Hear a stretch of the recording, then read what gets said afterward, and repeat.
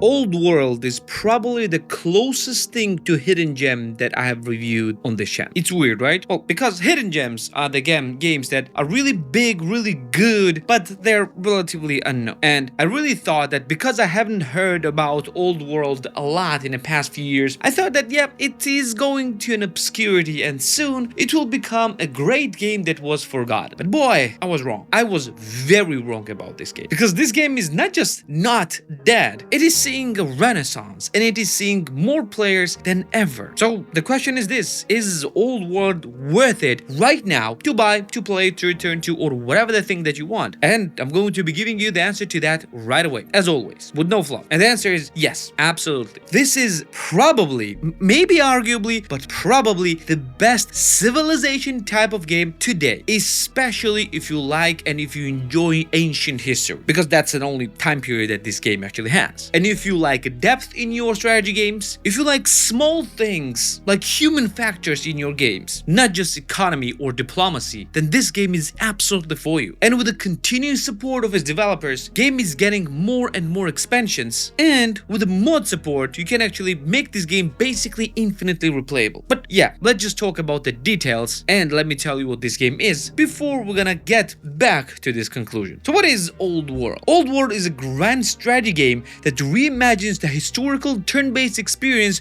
with innovative gameplay mechanics and deep narrative layers. And even today, it continues to stand out as an engrossing blend of empire management, tactical battles, and a personal dynastic drama. Whether you are a long-time fan of a genre or newcomer looking for a fresh yet historically grounded strategic experience, Old World offers rich and rewarding journey throughout history. But to be really simple, as simple as possible, Old World is if you'll take civilization games and combine it with Crusader Kings and add a bunch of other things on the top of it, but in its core it's a combination of these two games: the 4x strategy gameplay of civilization games and personal drama of a Crusader Kings games. Set in a richly detailed ancient world, Old World places you in a role of a leader, guiding your dynasty through your challenges of a conquest, diplomacy, and survival. The game's narrative isn't just a backdrop, it actively shapes your experience, with branching story events and personal relationships influencing both the political landscape and military outcomes.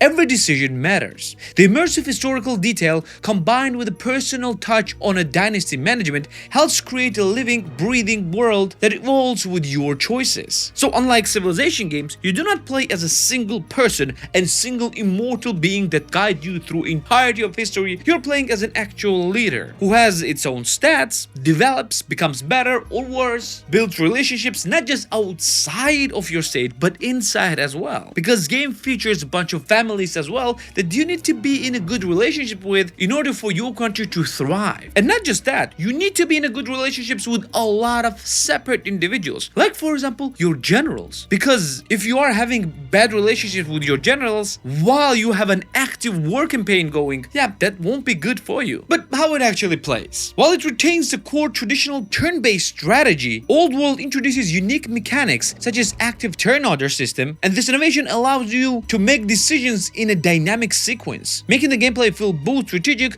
and fluid. And by this I mean that you actually have also a limited amount of turns you can do in per single turn. Like in other games, you can do any amount of actions that you want, or you can during a single turn. Well, here you cannot do that because technically speaking, or we can go with the lore wise speaking, your leader has a limited amount of attention and a limited amount of time to give out all the commands, and you really need to prioritize all the actions. In the beginning, it might not be that big of a problem because you don't have to juggle with a lot of things, but in a mid and an end game, it becomes a serious issue and you need to be very attentive to that. But talking about the gameplay loop, for newcomers, Old World unfolds as a layered experience combining strategic planning with a personal narrative. You start with your founding of your dynasty, begin by selecting the historical leader and the founding dynasty. Early decisions such as choosing your starting region and initial policies lay the foundations for your empire's development. The game challenges you to manage limited resources while planning a long-term growth. In each turn, you engage in multiple facets of statecraft, develop your provinces, trade resources, and negotiate alliances or rivalries. Each action influences not just your immediate military might, but also your dynasty's reputation and a future potential. The dynamic event and decisions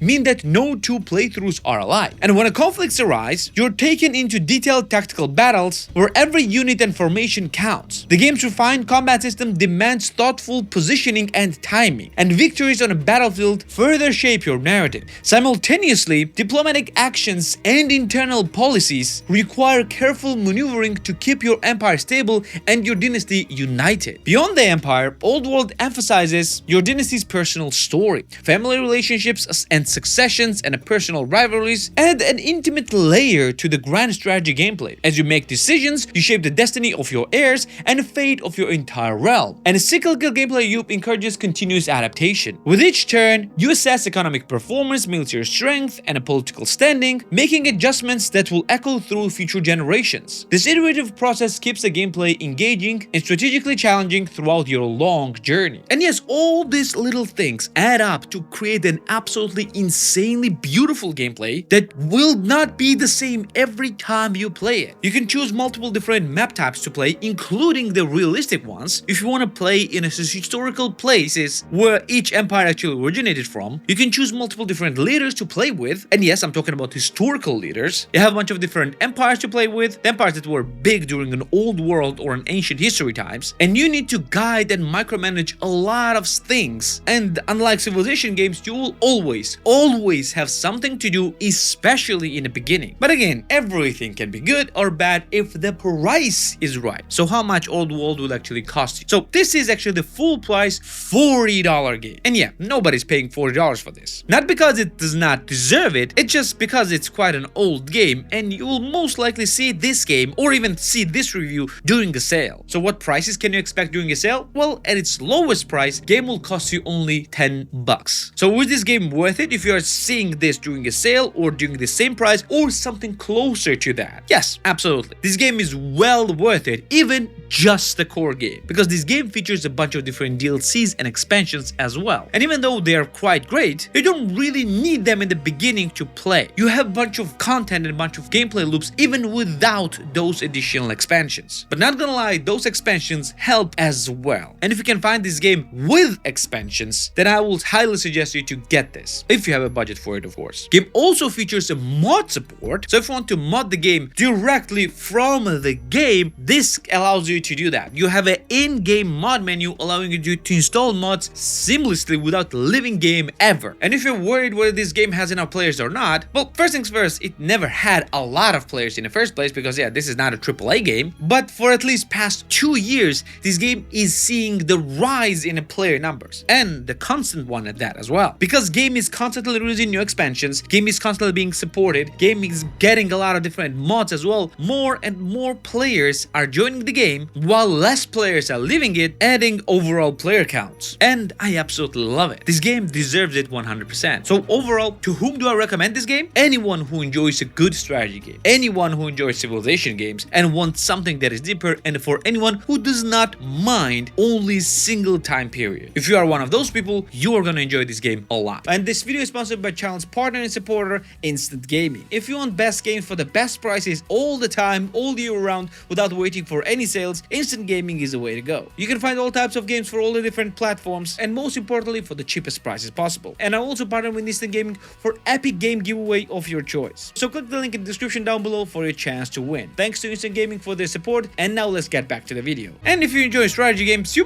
might actually enjoy Age of Darkness as well. You can watch my review of it right here. Or you might enjoy something a little bit weird, which is an Empire of the Ants, one of the most beautiful games of the last year. And you can watch my review of it right here. Don't forget to subscribe right here as well. This is me for today. I'm gonna see you in the next one. Take care.